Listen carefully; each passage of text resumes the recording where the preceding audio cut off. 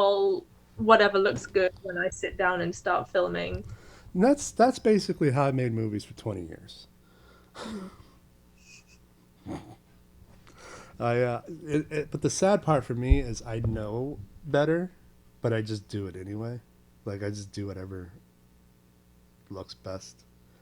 I mean, if Whereas it, like uh, when I had only one time I had a professional cinematographer, and he would take 2 hours to just like balance the blacks, balance the whites, figure out the perfect ISO, and then if you change one little light or one setting on a light, it's another hour, Mhm. and I can't do that. No. I don't have the patience for that.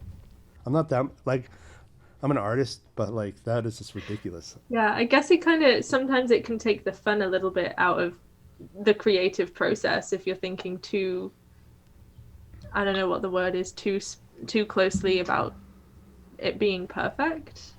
Yeah. Well, my philosophy is perfection is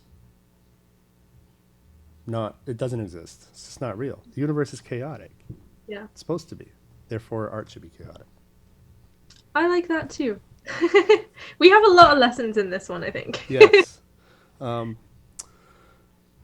and I think, though, your approach definitely works because it comes through. Like when I look at your video page, it's so colorful and vibrant and different. Like if you just kind of like look at it as a mosaic, Mhm. your color story comes together in a very important way. That's good. That's good because I've never planned for it to look like anything. I feel like my channel's so disjointed, but I'm glad that there's some kind of overarching theme, whether it's intentional or not. Well, do you feel like you're an artist regardless of the fact that you're not thinking that much about Um, beyond just looking decent on film? I don't know. I've never used the word artist to describe myself. I would say creator, but I feel like I don't know. I feel like I would reserve artist for someone who takes it more seriously.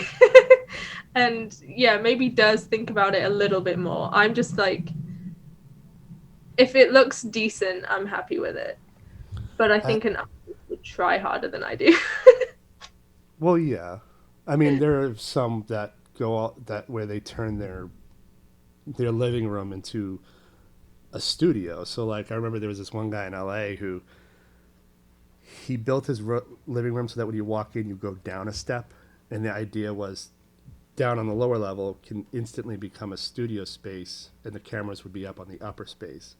But when he wasn't shooting, everything would be removed and the furniture would be brought in, and then it'd be a living room. So like, and then he built in like these extravagant lighting rigs that would disappear into the wall whenever he wasn't shooting.